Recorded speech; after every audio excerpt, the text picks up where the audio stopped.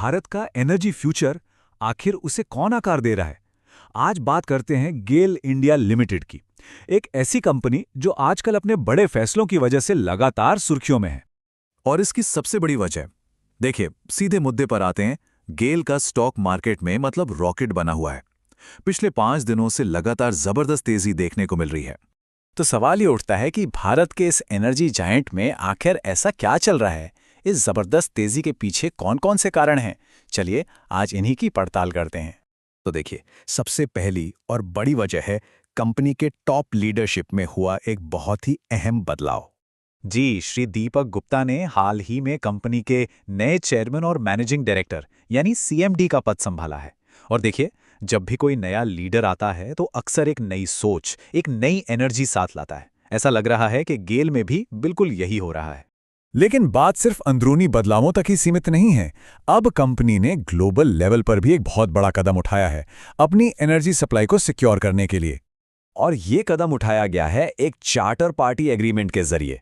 अब ये सुनने में थोड़ा टेक्निकल लग सकता है, पर आसान भाषा में इसका मतलब है कि गेल ने एक जहाज को लंबे समय के लिए किराए पर ले लिया है। एक ऐसा कॉन्ट्रैक्ट जिससे गैस की सप्लाई लगातार बनी रहे, बिना किसी रुकावट के।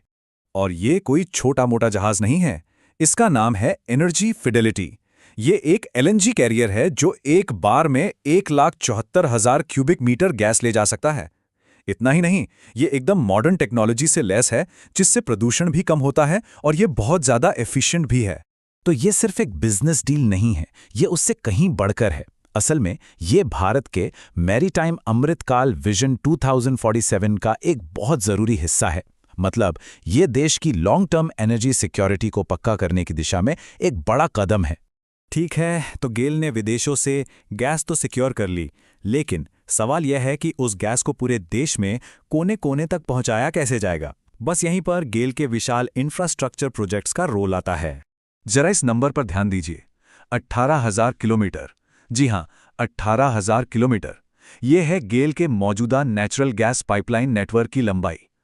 ये सचमुच भारत की एनर्जी आर्टरीज यानी ऊर्जा की धमनियों की तरह हैं, जो पूरे देश में एनर्जी का फ्लो बनाए रखती हैं। तो इससे हमें क्या समझ आता है कि गेल का पूरा बिजनेस मॉडल कितना इंटीग्रेटेड है। मतलब गैस जहाज़ों से बंदरगाह पर आती है, फिर वो 18,000 किलोमीटर लंबे पाइपलाइन नेटवर्क के जरिए ट्रांसपोर्ट होती है और बहुत जल्द ये नए एलएनजी रिटेल स्टेशनों से सीधे लंबी दूरी के ट्रकों और बसों तक भी पहुंचेगी।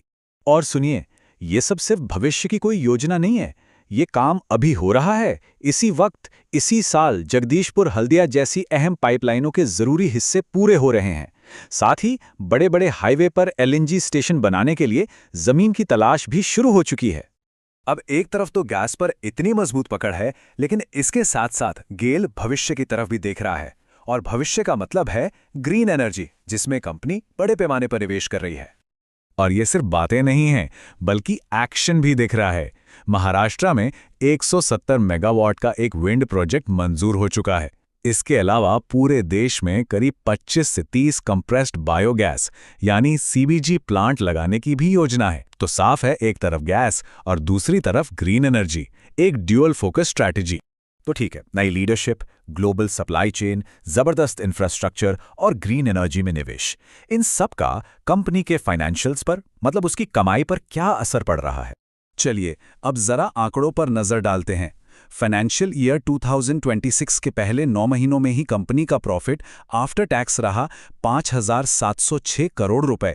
और एनालिस्ट्स का मानना है कि चौथी तिमाही भी काफी दमदार रहने वाली है, जिसमें प्रॉफिट 2,800 करोड़ रुपए तक जा सकता है। इस पॉजिटिव आउटलुक के पीछे एक और बड़ी वजह है, और वो है हाल ही में पाइपलाइन टैरिफ में हुई 12% की बढ़ोतरी। सिर्फ इस एक फैसले से कंपनी का सालाना रेवेन्यू करीब 1,200 करोड़ रुपए बढ़ सकता है। तो याद है, हमने शुरुआत में स्टॉक की जबरदस्त तेजी की बात की थी। अब पूरी तस्वीर साफ हो रही है। इन्वेस्टर्स असल में कंपनी की ग्रीन हाइड्रोजन पहल, गैस के बढ़ते वॉल्यूम और हाल ही में हुई टैरिफ बढ़ोतरी, इन्हीं ठोस वजहों से इतने उत्साहित हैं। तो इन सब बातों को जोड़कर देखें तो एक बड़ा सवाल सामने आता है। नई लीडरशिप, गैस और ग्रीन एनर्जी पर ड्यूअल फोकस के साथ क्या गेल सच में भारत के आने वाले ग्रोथ की पाइपलाइन बिछा रहा है? यह सोचने वाली बात है। सोचिए, 65% भारत के नेचुरल गैस ट्रांसमिशन मार्केट का इतना बड़ा हिस्सा सिर्फ एक कंपनी के पास है, और वो है गेल। ये नंबर अपने आप में बताता है कि देश की एनर्जी सिक्योरिटी के लिए गेल कितना कितना ज्यादा जरूरी है। तो सवाल ये उठता है कि आखिर गेल है क्या और ये इतनी जरूरी क्यों है? चलिए इस बड़ी सरकारी कंपनी के काम को थोड़ा और करीब से देखते हैं। तो गेल, जिसका पूरा नाम है gas authority of India limited, 1984 में बनी एक सरकारी कंपनी है। और देखिए, ये सीधे ministry of petroleum and natural gas के अंडर काम करती है, जिससे इसकी स्ट्रेटेजिक इंपॉर्टेंस का अंदाजा लगाया जा सकता है। और देखिए, गेल का दबदबा सिर्फ गैस को एक जगह से दूसरी जगह पहुंचाने तक ही नहीं है। गैस ट्रांसमिशन में तो ये लीडर हैं ही। गैस ट्रेडिंग में भी इनका मार्केट शेयर करीब 47% है। मतलब ये सिर्फ एनर्जी सप्लाई नहीं करते, बल्कि मार्केट को एक तरह से चलाते भी हैं।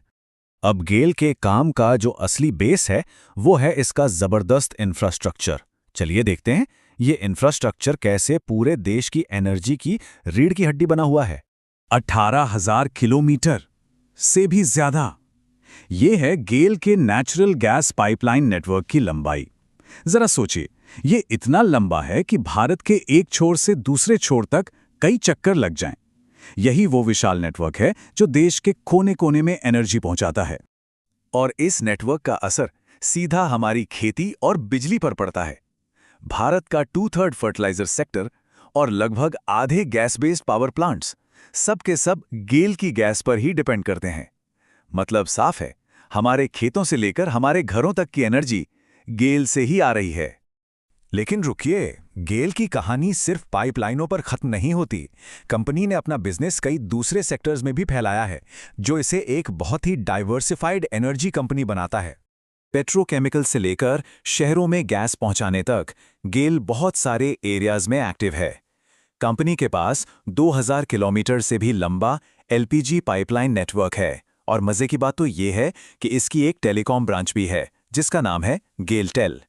तो सवाल यह है कि एक कंपनी जो देश में इतनी स्ट्रांग है, क्या उसकी नजरें इंटरनेशनल मार्केट्स पर भी हैं? चलिए पता करते हैं। और इसका जवाब है हाँ। हमें इसका जवाब मिलता है सिंगापुर में, जहां गेल का इंटरनेशनल ऑफिस है। ये ऑफिस हर साल 15.5 मिलियन मीट्रिक टन का एक बहुत बड़ा एलएनजी पोर्टफोलियो मैनेज करता है, और इसी वजह से ये ग्लोबल एनर्जी मार्केट का एक बड़ा प्लेयर बन जाता है। तो ये तो हुई गेल के आज की बात। अब जरा इसके फ्यूचर पे नजर डालते हैं। कंपनी आगे के लिए आखिर क्या प्लान कर रही है? देखिए, गेल ने रिन्यूएबल एनर्जी में काफी बड़ा इन्वेस्टमेंट किया है। इसमें 145 मेगावाट की विंड और सोलर एनर्जी कैपेसिटी शामिल है। इसके साथ साथ गेल पंख नाम के एक इनिशिएटिव से ये नए स्टार्टअप्स को भी सपोर्ट कर रहा है। इससे इनोवेशन को लेकर कंपनी का फोकस साफ दिखता है। तो बिल्कुल साफ है, गेल अब बदल रहा है।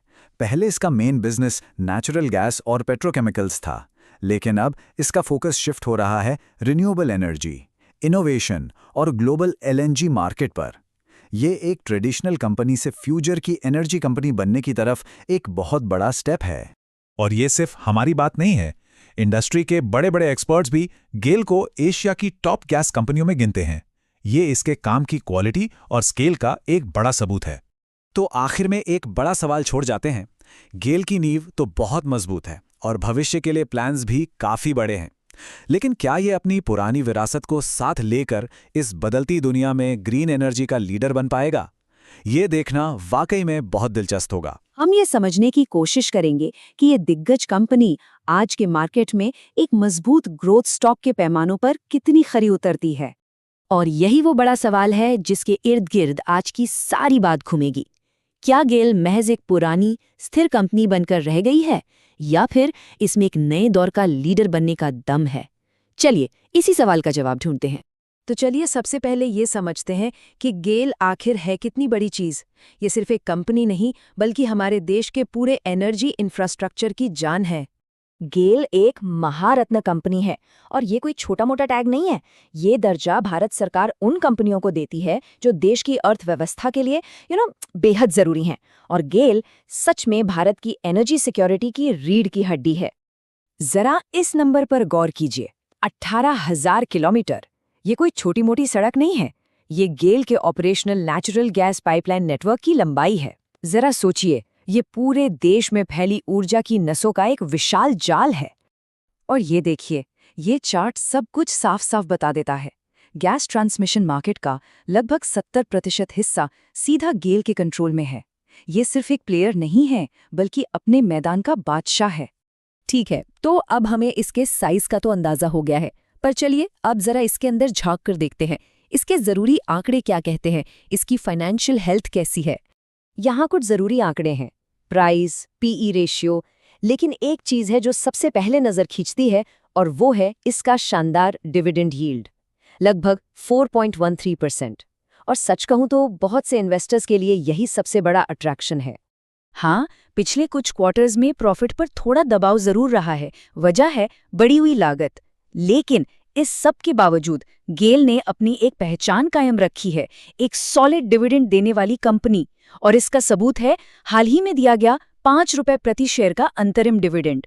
लेकिन कहानी यहीं खत्म नहीं होती। गेल सिर्फ आज में नहीं जी रहा, बल्कि वो भविष्य के लिए एक बहुत बड़ा दांव खेल रहा है।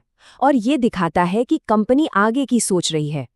1700 करोड़ रुपए, ये एक बहुत बड़ी रकम है, और गेल इसे ग्रीन एनर्जी प्रोजेक्ट्स जैसे विंड पावर में लगा रहा है। तो ये एक बहुत ही क्लियर सिग्नल है कि कंपनी का फ्यूचर डायरेक्शन क्या होने वाला है। तो अब आते हैं आज के विश्लेषण के सबसे दिलचस्प हिस्से पर। हम गेल को एक बहुत ही सख्त इन्वेस्टमेंट फ्रेमवर्क पर कसने वाले हैं, जिसका नाम है कैनस्लिम। अब ये कैनस्लिम क्या है? ये 7 पैमानों का एक सेट है जिसे हाई ग्रोथ स्टॉक्स को पहचानने के लिए बनाया गया है। मतलब ये फ्रेमवर्क आमतौर पर छोटी, तेजी से भागने वाली रॉकेट शिप कंपनियों को ढूंढता है। तो गेल जैसी विशाल कंपनी को इस कसौटी पर परखना अपने आप में काफी इंटरेस्टिंग होने वाला है। तो ये है वो 7 अक्षर CANSLI। अब हम एक एक करके देखेंगे कि गेल इन पैमानों पर कहाँ खड़ा उतरता है। तो ठीक है, एग्जाम शुरू होता है। चलिए देखते हैं गेल का रिपोर्ट कार्ड कैसा बनता है। तो सबसे पहले आते हैं C और A पर, यानी अर्निंग्स ग्रोथ। देखिए, कैनस्लिम की डिमांड बहुत ज़्यादा है, उसे चाहिए 25% से भी ज़्यादा की विस्फोटक ग्रोथ। गेल प्रॉफिटेबल तो है, इसमें कोई शक नहीं, पर उसकी ग्रोथ स्टेबल है, साइक्लिकल है, विस्फोटक नहीं। तो इस पहले और सबसे सख्त टेस्ट में गेल पास नहीं हो पाता। लेकिन यहाँ आकर कहानी पलट जाती है। एन का मतलब है न्यू, कुछ नया, और गेल का ग्रीन हाइड्रोजन और रिन्यूएबल्स में जो जोरदार कदम है, साथ में पाइपलाइन नेटवर्क का विस्तार, ये एक बहुत ही पावरफुल नया कैटलिस्ट है। तो यहाँ गेल को मिलते हैं पूरे नंबर। अब बात करते हैं एल और आई की, यानी लीडरशिप और इंस्टीट्यूशनल सपोर्ट। इसमें तो कोई सवाल ही नहीं है, गेल अपने सेक्टर का बेताज बादशाह है। और जब बात आती है सपोर्ट की, तो भारत सरकार और बड़े बड़े विदेशी फंड्स का पैसा इसमें लगा है। तो यहाँ भी एक क्लियर टिक मार्क।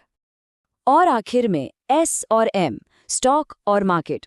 एस मतलब सप्लाई डिमांड। अब क्योंकि ये एक बड़ी कंपनी है, इसके बहुत सारे शेयर मार्केट में हैं। और एम यानी मार्केट की दिशा, वो तो जैसा हम सब जानते हैं हर दिन बदल सकती है। इसलिए इन दोनों फैक्टर्स पर हम इसे न्यूट्रल रेटिंग देंगे। तो इस पूरे एग्जाम के बाद फाइनल फैसला क्या है? चलिए अब सारे नतीजों को एक साथ जोड़कर देखते हैं कि तस्वीर कैसी बनती है। ये देखिए, ये रहा फाइनल रिपोर्ट कार्ड। एक नज़र में सब कुछ साफ है।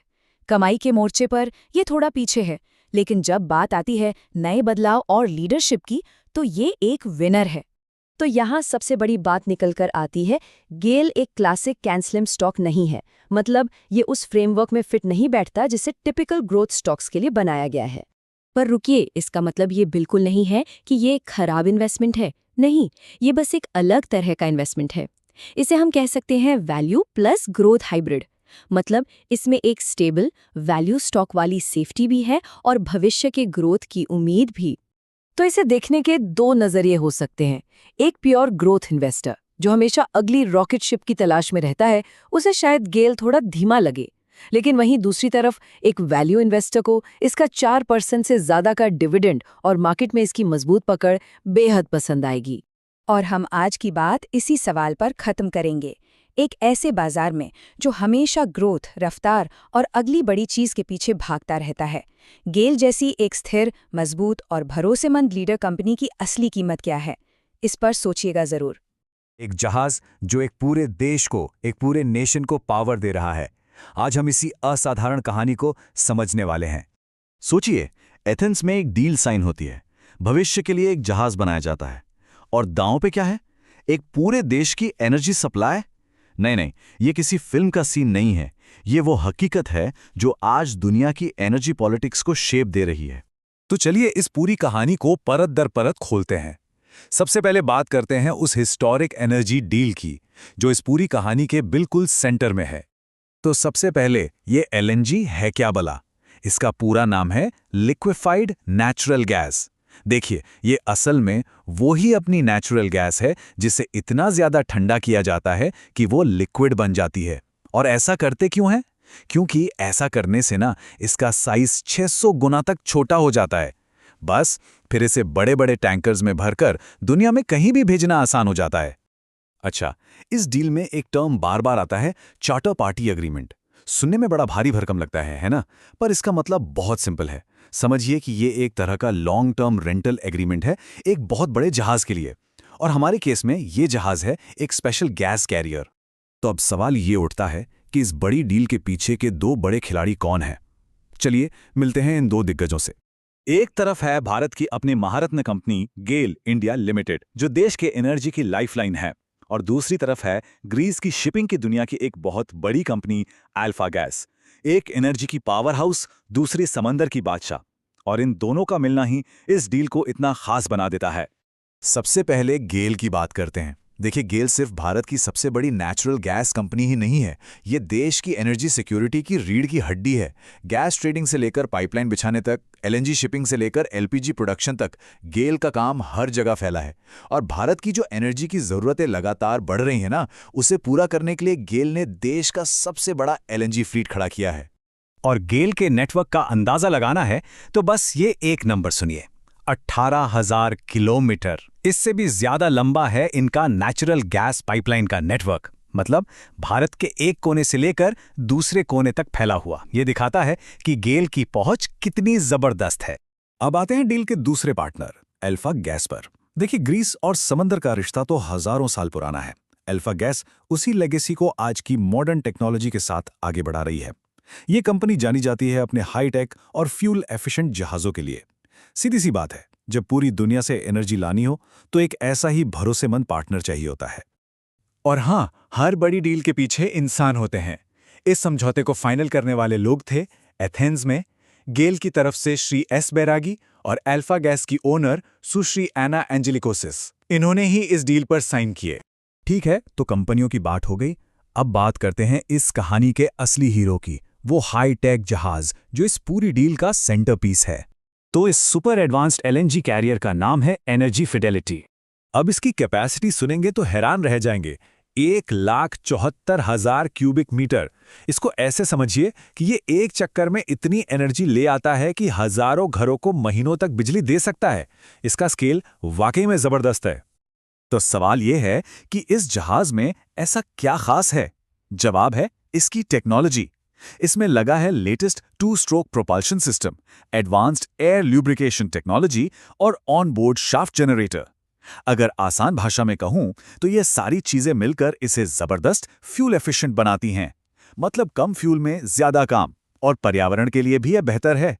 चलिए अब थोड़ा जूम आउट करते हैं और इस डील के बड़े मतलब को समझते हैं, क्योंकि यकीन मानिए ये सिर्फ एक जहाज किराए पर लेने की बात नहीं है, ये उससे कहीं ज्यादा बड़ा है।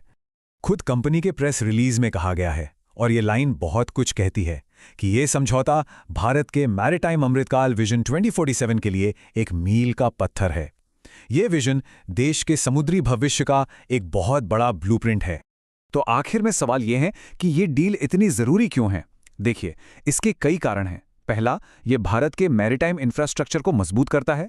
दूसरा, ये देश की एनर्जी सप्लाई चेन को और भी ज्यादा भरोसेमंद बनाता है ताकि एलएनजी की सप्लाई कभी रुके नहीं। और तीसरा, ये दुनिया को भारत की बढ़ती समुद्री ताकत दिखाता है। तो ये सिर्फ एक जहाज नहीं है, ये आत्मनिर्भर ऊर्जा के भविष्य की तरफ एक बहुत बड़ा कदम है। तो ये पूरी कहानी हमें एक बहुत बड़े सवाल के साथ छोड़ जाती है। जैसे जैसे दुनिया की एनर्जी की ज़रूरतें बदल रही हैं, क्या एक अकेली शिपिंग डील सिर्फ एक जहाज एक पूरे देश का भविष्य तय करने में मदद कर सकता है? इस तरह की स्ट्रेटेजिक डील्स आने वाले कल में देशों की किस्मत को कैसे बदलेंगी?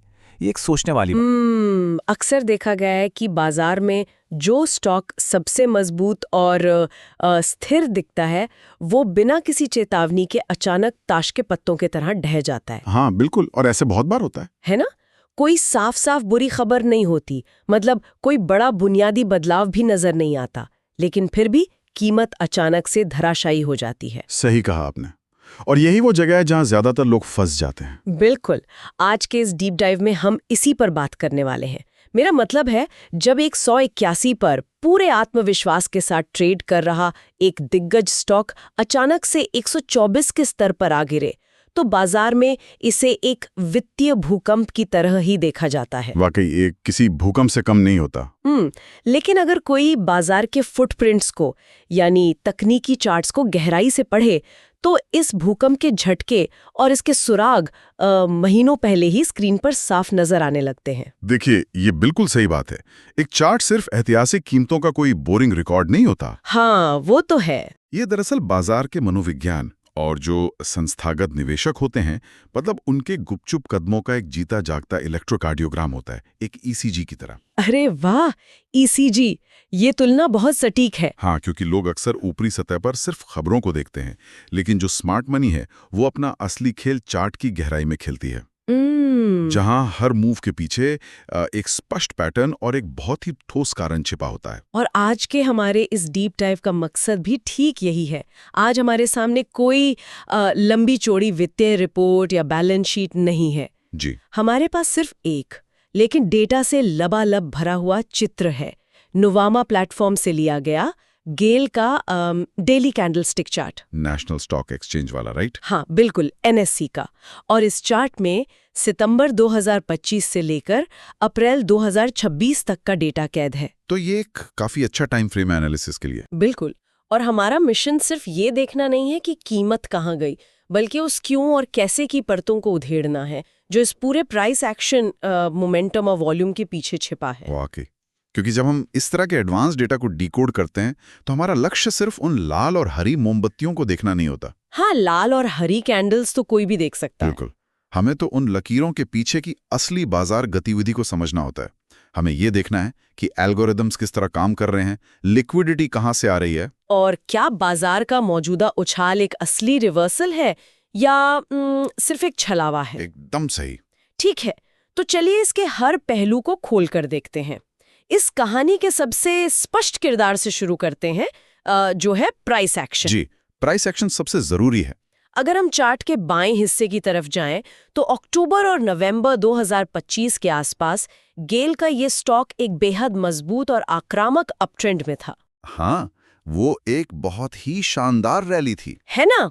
181.03 के स्तर के करीब ये एक तरह के डिस्ट्रीब्यूशन जोन में खड़ा था। ये वो समय था जब बाजार में हर तरफ सिर्फ बुल्स का शोर था। और यहीं पर देखिए, बाजार का सबसे बड़ा विरोधाभास काम करता है। विरोधाभास मतलब कैसे? मेरा मतलब है 181 का वो स्तर जहां आम रिटेल निवेशकों को लगता है कि स्टॉक अब कभी नहीं गिरेगा और वे फोमो के शिकार होकर फियर ऑफ मिसिंग आउट, बिल्कुल, फोमो के शिकार होकर खरीदारी करते हैं। असल में वही जगह होती है जहां स्मार्ट मनी या बड़े संस्थागत निवेशक चुपचाप अपने शेयर बेचना शुरू कर देते हैं। अच्छा, तो वो जो चार्ट पर स्थिरता दिखती है, हाँ, वो स्थिरता अक्सर डिस्ट्रीब्यूशन का संकेत होती है। बड़े खिलाड़ी एक ही झटके में अपना माल नहीं बेचते। समझ गई। अगर वो एक साथ बेचेंगे तो कीमत तुरंत गिर जाएगी। एकदम सही। वे कीमत को एक रेंज में टिका कर रखते हैं ताकि वे आसानी से बिना पैनिक क्रिएट किए बाहर निकल सकें। और वो स्थिरता बहुत लंबे समय तक नहीं टिकी। जनवरी 2026 की शुरुआत से एक धीमी गिरावट शुरू हुई, एक स्लो ब्लीड की तरह। हाँ बिल्कुल, एक स्लो ब्लीड। लेकिन फरवरी और मार्च का महीना आते आते इस गिरावट ने एक गहरी और हिंसक ढलान का रूप ले लिया। ये गिरते हुए लगभग 124 के निचले स्तर तक आ गया। वो काफी डरावना था, बहुत डरावना। 181 से 124 तक का सफर। ये बाजार में सिर्फ एक आम करेक्शन तो बिल्कुल नहीं था। मुझे तो ये पैनिक सेलिंग और स्टॉप लॉस हंटिंग का एक क्लासिक उदाहरण लगा। आप बिल्कुल सही कह रही हैं। मार्च की वो गिरावट दरअसल उस बिंदु को दर्शाती है जिसे हम बाजार की भाषा में कैपिटुलेशन कहते हैं। कैपिटुलेशन? हाँ, मतलब जहां सब हार मान लेते? हाँ, जब कीमत लगातार गिरती है तो एक ऐसा ट्रिगर पॉइंट आता है जहां बड़े एल्गोरिदम्स और मार्जिन कॉल एक साथ एक्टिवेट हो जाते हैं। 124 का वो निचला स्तर कोई संयोग नहीं था, वो जगह थी जहां आखिरी उम्मीद पाले हुए रिटेल ट्रेडर्स ने भी हार मान ली और अपनी पोजीशंस काट दी। बाप रे। बिकवाली अपने चरम पर पहुंच गई थी और जो लिक्विडिटी थी वो पूरी तरह से सूख चुकी थी। और अब अगर हम बिल्कुल ताज़ा स्थिति को देखें, चार्ट के सबसे दाहिने हिस्से पर जो 2 अप्रैल के आसपास का डेटा है। जी, लेटेस्ट कैंडल। हाँ, यहाँ हमारे पास एक रिकवरी कैंडल है। इसके सटीक आंकड़े तकनीकी रूप से बहुत दिलचस्प हैं। क्या नंबर्स हैं इसके? इसने 143 पर ओपन किया, 145.78 का हाई बनाया, 141.01 का लो छुआ और अंत में 145.38 पर अपनी क्लोजिंग दी। 145.38, ठीक है। तो इस क्लोजिंग को देखकर मुझे एक सवाल परेशान कर रहा है। बताइए। क्या ये 124 के स्तर से वापसी वैसी ही है जैसे कोई भारी गेंद किसी सख्त कंक्रीट के फर्श से टकराकर वापस उछलती है? बहुत ही दिलचस्प एनालॉजी है ये। मेरा मतलब है, क्या ये सिर्फ भौतिकी के नियम की तरह बाजार का एक डेड कैट बाउंस है, या इसमें सच में कोई अंदरूनी ताकत है जो इसे वापस 181 तक ले जा सकती है? मैं कहूंगा कि ये कंक्रीट के फर्श वाली गेंद की एनालॉजी बिल्कुल सटीक बैठती है यहाँ। अच्छा। देखिए, जब कोई एसेट बहुत तेज गति से गिरता है और एक क्रिटिकल सपोर्ट लेवल से टकराता है, तो फर्श पर मौजूद जो खाली ऑर्डर बुक होती हैं और कुछ हद तक शॉर्ट कवरिंग के कारण उसमें एक स्वाभाविक उछाल आता है। न्यूटन के नियम की तरह। बिल्कुल, हर क्रिया की प्रतिक्रिया होती है। लेकिन सबसे महत्वपूर्ण बात यह है कि उस उछाल के पीछे नई खरीदारी की ताकत है या सिर्फ पुराने शॉर्ट सेलर्स अपना मुनाफा बुक कर रहे हैं। ये बड़ा सवाल है। और तकनीकी रूप से देखा जाए तो 124 से 145 तक का सफर अभी तक सिर्फ एक शॉर्ट कवरिंग रैली जैसा ही दिख रहा है। इसमें असली कन्विक्शन नजर नहीं आ रहा। और इसी बात को गहराई से जांचने के लिए हमें वॉलेटिलिटी यानी अस्थिरता के पैमाने पर जाना होगा। बिल्कुल, बोलिंजर बैंड्स। हाँ, चार्ट पर कीमत को घेरने वाले बोलिंगर बैंड्स का स्ट्रक्चर इस पूरी गिरावट की कहानी को बहुत अच्छी तरह से समझा रहा है। मैंने एक खास पैटर्न नोटिस किया है। क्या नोटिस किया आपने? जब मार्च में पैनिक सेलिंग चल रही थी, तब कैंडलस्टिक्स बीच की लाल मूविंग एवरेज लाइन से बहुत दूर थीं। वे लगातार लोअर बैंड को यानी निचले हरे बैंड को एग्रेसिव तरीके से हग करके चल रही थी। जी, चिपक कर चल रही थी। हाँ, जैसे उसे लगातार नीचे की तरफ धकेल रही हूँ। ये मुझे एक रबर बैंड की याद दिलाता है जिसे उसकी लिमिट से बाहर बहुत जोर से खींचा जा रहा हो। क्या बात है। और तकनीकी भाषा में इस घटना को बैंड वॉकिंग कहा जाता है। Band walking? हाँ, जब कीमतें लगातार निचले बोलिंजो बैंड को धकेलती हैं तो ये दर्शाता है कि अस्थिरता का विस्तार हो रहा है और बाजार 2 स्टैंडर्ड डेविएशन से भी नीचे ट्रेड कर रहा है। जो कि बहुत रेयर होता है। ये एक एक्सट्रीम कंडीशन होती है। एल्गोरिदम्स इस स्तर पर आक्रामक रूप से शॉर्ट सेल करते हैं। लेकिन जैसा कि आपने रबर बैंड वाली एनालॉजी दी, हाँ, रबर बैंड हमेशा के लिए तो खिंच नहीं सकता। बिल्कुल, बाजार का मनोविज्ञान हमेशा के लिए एक ही दिशा में नहीं खिंच सकता। लेकिन एक रबर बैंड जब बहुत ज्यादा खिंच जाता है तो अंततः जब उसे छोड़ने वाले की ताकत खत्म होती है, वो टूटता नहीं है बल्कि एक बहुत तेज झटके के साथ वापस अपने मूल केंद्र की तरफ आता है। मीन रिवर्जन है ना? हाँ, अभी ताजा हरी कैंडल के साथ हम यही देख रहे हैं। 145.38 की कीमत अब वापस बीच वाली लाल मूविंग एवरेज लाइन की ओर बढ़ रही है। जी। लेकिन मेरा सवाल ये है कि क्या ये मीन रिवर्जन वास्तव में खरीदारों की वापसी का संकेत है या ये सिर्फ एक स्टैटिस्टिकल खिंचाव है? ये बहुत ही शानदार तकनीकी पहलू छुआ है आपने। क्योंकि अक्सर बाजार बिना किसी नई अच्छी खबर के भी सिर्फ संतुलन बनाने के लिए ऊपर आ जाता है। वाकई मेरा मानना है कि ये वास्तव में सिर्फ एक स्टैटिस्टिकल पुल है। सिर्फ एक पुल? हाँ, मीन रिवर्जन का सिद्धांत यही कहता है कि चरम स्थितियों से कीमतें अंततः अपने औसत पर लौट आती हैं। 124 के स्तर पर शॉर्ट सेलर्स के लिए जोखिम बहुत बढ़ गया था और जब उन्होंने अपनी पोजीशंस क्लोज करनी शुरू की तो बिकवाली का दबाव अचानक गायब हो गया। अच्छा, तो बेचना बंद हो गया? हाँ, इस स्थिति में बिना किसी बड़ी संस्थागत खरीदारी के भी कीमत सिर्फ इसलिए ऊपर उछल गई क्योंकि ऊपर की तरफ कोई रेजिस्टेंस नहीं बचा था। ओहो। या उछाल खरीदारों के प्यार के कारण नहीं है बल्कि बेचने वालों की गैर मौजूदगी के कारण है। ये एक बहुत ही क्रिटिकल पॉइंट है। यानी बाजार ऊपर तो जा रहा है लेकिन शायद इसमें दम नहीं है। बिल्कुल दम नहीं है। और इस दम या मोमेंटम को मापने के लिए हमें चार्ट के दूसरे हिस्से यानी RSI पैनल की तरफ बढ़ना होगा। RSI 14, right? मोमेंटम का असली इंडिकेटर। हाँ, मोमेंटम का ये इंजन रूम हमें एक अलग ही साइकोलॉजिकल ड्रामा दिखा रहा है। जब कीमत 124 के आसपास सबसे निचले स्तर पर अपने सबसे दर्दनाक दौर से गुजर रही थी, तब मैंने देखा कि आरएसआई भी गोता लगाकर 27 के लाइन के नीचे चला गया था। डीप ओवरसोल्ड टेरिटरी में। हाँ, एकदम डीप ओवरसोल्ड। देखिए 27 के नीचे का आरएसआई कोई सामान्य ओवरसोल्ड स्थिति नहीं है। तो ये क्या दर्शाता है? ये बताता है कि गिरावट का मोमेंटम इतना क्रूर और एक तरफा था कि सभी तकनीकी इंडिकेटर्स ने घुटने तीक दिए थे। बाप रे। जब आरएसआई 30 के नीचे काफी गहराई तक जाता है तो ये स्पष्ट करता है कि बाजार पूरी तरह से इर्रेशनल हो चुका है। उन स्तरों पर कोई फंडामेंटल काम नहीं करता, सिर्फ पैनिक काम करता है। लेकिन अब वो पैनिक थमता हुआ दिख रहा है ना? हाँ, फिलहाल के लिए। अब वो आरएसआई लाइन तेजी से रिकवर होकर ठीक 50.50 की मध्य रेखा के पास खड़ी है। जी। तो इस सब का आखिर मतलब क्या है? क्या आरएसआई का 50 पर पहुंचना ये साबित करता है कि स्टॉक के मोमेंटम की बीमारी पूरी तरह ठीक हो गई है? बीमारी ठीक हो गई, मैं ऐसा नहीं कहूंगा। या फिर ये कुछ ऐसा है कि कोई मरीज अस्पताल से डिस्चार्ज होकर आया है और वो बस सीढ़ियों के बीच 50 के स्तर पर। हाँ, 50 के स्तर पर एक लंबी सांस ले रहा है, ये तय करने से पहले कि उसे आगे ऊपर की मंजिल पर जाना है या कमजोरी के कारण वापस नीचे गिरना है। ये लंबी सांस वाली एनालॉजी बाजार के मौजूदा मोमेंटम को परफेक्ट तरीके से समझाती है। अच्छा। हाँ, मोमेंटम इंडिकेटर्स में 50 का स्तर कोई जादुई संख्या नहीं है। ये एक क्रिटिकल न्यूट्रल जोन है, एक युद्ध का मैदान। बुल्स और बियर्स के बीच। बिल्कुल। जब आरएसआई 27 से उठकर 50 तक आता है तो ये कोई नई बुलिश ताकत नहीं दिखाता, बल्कि ये सिर्फ ये बताता है कि जो बेरिश मोमेंटम था वो फिलहाल रुक गया है। समझ रही हूँ। मरीज का खून बहना बंद हो गया है, लेकिन वो दौड़ने के लिए अभी बिल्कुल तैयार नहीं है। लेकिन मैं यहाँ आपको थोड़ा चुनौती देना चाहूंगी। जी बिल्कुल। अगर कीमत 145.38 तक आ गई है और आरएसआई 50 पर अटका है, तो क्या ये एक तरह का हिडन डाइवर्जेंस नहीं हो सकता? Hidden divergence? हाँ, मेरा मतलब है, क्या ये संभव नहीं है कि बड़े ट्रेडर्स 50 के स्तर का इस्तेमाल एक नए सिरे से शॉर्टिंग शुरू करने के लिए कर रहे हों? आप बहुत गहराई में सोच रही हैं और ये बहुत ही संभावित परिदृश्य है ना? तकनीकी ट्रेडिंग में जो एल्गोरिदम्स और ट्रेंड फॉलोइंग फंड्स होते हैं, हाँ, वो अक्सर आरएसआई के 50 तक आने का इंतजार करते हैं। अगर 50 के पास पहुंचकर मोमेंटम फिर से टूटने लगता है तो इसे पुलबैक खत्म होने का संकेत माना जाता है और वहां से फ्रेश शॉर्ट पोजीशंस बनाई जाती हैं। ओहो, मतलब ये एक जाल हो सकता है। 50 पर खड़ा होना जीत नहीं है, ये एक लिटमस टेस्ट है।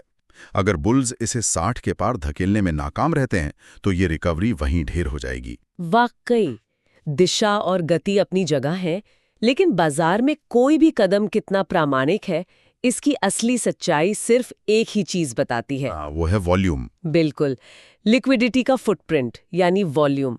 हम अक्सर कहते हैं कि कीमत झूठ बोल सकती है, इंडिकेटर्स को मैनिपुलेट किया जा सकता है, लेकिन वॉल्यूम छिपता नहीं है। वॉल्यूम कभी झूठ नहीं बोलता। हाँ, और जब मैं इस चार्ट के सबसे निचले हिस्से वॉल्यूम पैनल का विश्लेषण करती हूँ तो यहाँ बात सच में बहुत दिलचस्प हो जाती है। जी बताइए। पूरे चार्ट में वॉल्यूम के जो बार्स हैं वो एक शांत समुद्र की लहरों की तरह समान ऊंचाई के हैं, सिवाय एक दिन के, 26 नवंबर का दिन। बिल्कुल, 26 नवंबर के ठीक आसपास एक विशालकाय आसमान छूता हुआ हरा वॉल्यूम बार दिखाई देता है।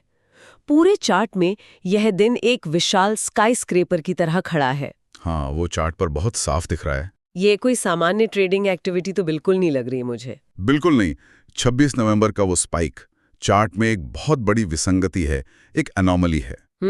इतने विशाल वॉल्यूम का मतलब है कि उस दिन भारी मात्रा में स्मार्ट मनी ने बाजार में एंट्री ली थी या अपनी पोजीशंस बदली थी। मतलब कोई बड़ा खिलाड़ी बाजार में आया था। हाँ, ये किसी बड़ी ब्लॉक डील, संस्थागत रीबैलेंसिंग या किसी ऐसे फंडामेंटल उत्प्रेरक का संकेत है जो आम रिटेल ट्रेडर्स की नजरों से पूरी तरह छिपा था। अरे बाप रे। संस्थागत निवेशक अपना पैसा खामोशी से लगाते हैं, लेकिन उनके पैरों के निशान इतने बड़े होते हैं कि वो वॉल्यूम के रूप में चार्ट पर छपी जाते हैं। और यही बात मुझे सबसे ज्यादा परेशान कर रही है। क्यों? क्योंकि 26 नवंबर को जो भारी शोर था वो उसके बाद कभी नहीं दिखा। यहाँ तक कि अभी जो मार्च में इतनी भयंकर गिरावट हुई जी, और उसके बाद अप्रैल में 145.38 तक की जो हालिया रिकवरी हुई है, इस पूरे दौर में वॉल्यूम पूरी तरह से ड्राई है। बिल्कुल ड्राई है। मुझे यहाँ कोई भी बड़ा वॉल्यूम स्पाइक नहीं दिख रहा है। मैं इसे इस तरह से देखती हूँ, अगर वॉल्यूम बाजार के दर्शकों का शोर है तो 26 नवंबर को पूरा स्टेडियम खचाखच भरा हुआ था और भारी चीयरिंग हो रही थी। बहुत बढ़िया एनालॉजी। लेकिन अभी कीमत बढ़ रही है, चार्ट हरा दिख रहा है, लेकिन स्टेडियम में सन्नाटा है। ये रिकवरी सिर्फ कुछ लोगों की शिष्टाचार वाली ताली जैसी लग रही है। Polite applause. हाँ, बिल्कुल। बिना भारी वॉल्यूम के, बिना संस्थागत निवेशकों की ताकत के इस रिकवरी पर दांव लगाना तो मुझे एक आत्मघाती कदम लगता है। क्या आपको नहीं लगता कि ये एक क्लासिक बुल ट्रैप हो सकता है? देखिए, आप बिल्कुल सही दिशा में सोच रही हैं। जब कीमत बढ़ती है लेकिन वॉल्यूम उसका साथ नहीं देता तो इसे प्राइस वॉल्यूम डाइवर्जेंस कहते हैं। इसका सीधा सा मतलब है कि इस बढ़त में कन्विक्शन यानी दृढ़ विश्वास की भारी कमी है। मतलब लोग डरे हुए हैं। हाँ, बड़े खिलाड़ी जो बाजार की दिशा तय करते हैं वे अभी किनारे पर बैठकर सिर्फ तमाशा देख रहे हैं। अच्छा। हालिया रिकवरी पूरी तरह से रिटेल ट्रेडर्स द्वारा चलाई जा रही हैं, जो गिरते हुए बाजार में निचले स्तरों को पकड़ने की कोशिश कर रहे हैं या बॉटम फिशिंग कर रहे हैं। या फिर वो शॉर्ट कवरिंग वाले एल्गोरिदम्स। बिल्कुल। बिना वॉल्यूम समर्थन के ये उछाल बहुत ही खोखला और अस्थिर है। इसका मतलब है कि वो 124 का निचला स्तर, जिसे देखकर कई लोग खुश हो रहे हैं कि बाजार ने अपना बॉटम बना लिया है, वो एक भ्रम भी हो सकता है। हाँ, एक भ्रम। अगर स्मार्ट मनी ने 124 पर खरीदारी नहीं की है, जो कि वॉल्यूम की कमी से जाहिर है, तो बाजार के पास कोई असली सपोर्ट नहीं है। एकदम सही विश्लेषण है ये। लेकिन इस पूरी चर्चा में वो 26 नवंबर का विशाल हरा वॉल्यूम बार बार मेरे दिमाग में घूम रहा है। वो दिन कोई आम दिन नहीं था। उस एक दिन ने शायद इस चार्ट के आने वाले पूरे 6 महीनों की कहानी की नींव रखी थी। और यही टेक्निकल एनालिसिस की सबसे बड़ी पहेली है। चार्ट हमें ये तो बहुत साफ तरीके से दिखा देता है कि स्मार्ट मनी ने किस दिन अपना दाव खेला। जी। 26 नवंबर को भारी वॉल्यूम के साथ जो भी एक्टिविटी हुई वो बाजार के भविष्य की दिशा को सेट करने के लिए की गई थी। लेकिन चार्ट कभी भी हमें ये नहीं बताता कि वो दाव क्यों खेला गया था। ये एक बहुत ही गहरा विचार है।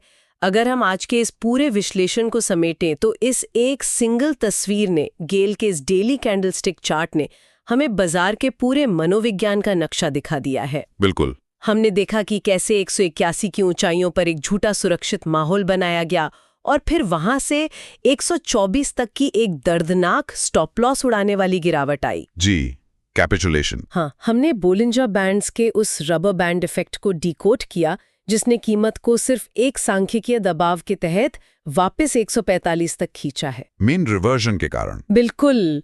हमने देखा कि आरएसआई कैसे 27 के उस गहरे ओवरसोल्ड कुएं से निकलकर 50 के कुरुक्षेत्र में खड़ा है, जहां अगला बड़ा फैसला होना बाकी है। एक बहुत बड़ा लिटमस टेस्ट। और सबसे अहम बात, हमने वॉल्यूम की उस खामोशी को महसूस किया जो इस पूरी हालिया रिकवरी पर एक बहुत बड़ा लाल झंडा लहरा रही है, रेड फ्लैग। मैं तो कहूंगा कि ये पूरा परिदृश्य एक परफेक्ट वित्तीय सस्पेंस है। वाकई। हम अभी जिस स्थिति में हैं, मतलब कीमत 145 पर मंडरा रही है, मोमेंटम 50 की न्यूट्रल जोन में अटका है और वॉल्यूम पूरी तरह से गायब है। ये बाजार का एक ठहराव है। ये एक ऐसा क्षण है जहां बाजार अपनी सांस रोक कर बैठा है। ये कोई ट्रेंड नहीं है, ये ट्रेंड के बदलने या टूटने से पहले की शांति है। और यही बात इन चार्ट्स को इतना जादुई बनाती हैं। ये सिर्फ लकीरें नहीं हैं, ये इंसानी भावनाओं, डर, लालच और संस्थागत रणनीतियों की भाषा हैं। बिल्कुल सही कहा। लेकिन श्रोताओं के लिए इस पूरी कहानी में एक आखिरी विचार छोड़ना जरूरी है। जी बिल्कुल। तकनीकी चार्ट और इंडिकेटर्स हमें ये तो बखूबी बता देते हैं कि बाजार में क्या हो रहा है, कौन हावी है और लिक्विडिटी का फुटप्रिंट कहाँ है। लेकिन असली दुनिया की पहेली अभी भी अनसुलझी है। वो क्यों वाली पहेली? हाँ, उस 26 नवंबर के विशाल स्पाइक के दिन असल दुनिया में ऐसी क्या घटना घटी थी जिसने इस चार्ट की दिशा तय कर दी? क्या कोई बड़ी पॉलिसी शिफ्ट हुई थी? क्या किसी ग्लोबल फंड ने कोई गुपचुप ब्लॉक डील की थी? या गैस सेक्टर को लेकर कोई ऐसी खबर थी जो आम जनता तक पहुंचने से पहले ही स्मार्ट मनी के कानों तक पहुंच गई थी? ये सोचना वाकई बहुत दिलचस्प है। चार्ट हमें क्या हुआ ये दिखाता है, लेकिन असली दुनिया का वो क्यों खोजना एक ऐसा रहस्य है जिसे सुलझाने का प्रयास कोई भी खुद से कर सकता है। बाजार में असल जिंदगी का सस्पेंस रोज खिला जाता है और उसके सबसे बड़े सुराग इन्हीं चार्ट्स में मौन रूप से छुपे होते हैं। बस आपको उन्हें देखने का नजरिया चाहिए।